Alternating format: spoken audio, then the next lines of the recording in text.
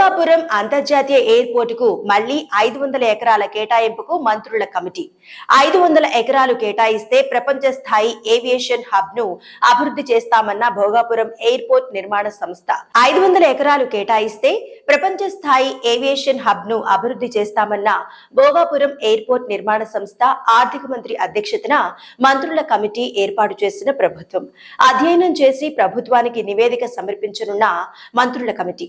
విజయనగరం జిల్లా భోగాపురం వద్ద నిర్మిస్తున్న ఇంటర్నేషనల్ ఎయిర్పోర్ట్ కు 500 ఎకరాలు కేటాయించే అంశంపై ప్రభుత్వం 3 మంత్రులతో కమిటీను నియమించింది. గతంలో భోగాపురం విమానాశ్రయానికి RFPలో 2703.26 ఎకరాలను ప్రతిపాదించగా గత జగన్ సర్కార్ 500 ఎకరాలు తగ్గించి 2203.26 ఎకరాలను కేటాయించింది.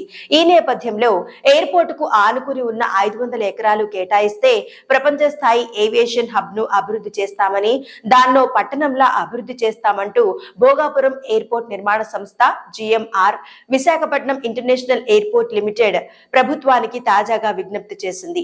దీనిపై స్పందించిన ప్రభుత్వం 3 మంత్రులతో కమిటీని నియమించింది. ఆర్థిక మంత్రి అధ్యక్షుడిగా, మౌలిక వస్తువుల శాఖ మంత్రి, పరిశ్రమల శాఖ మంత్రి సభ్యులుగా కమిటీని ఏర్పాటు చేస్తూ శుక్రవారం ప్రభుత్వం ఉత్తర్వులు జారీ చేసింది. ఈ కమిటీ అధ్యయనం చేసి ప్రభుత్వానికి నివేదిక సమర్పించనుంది.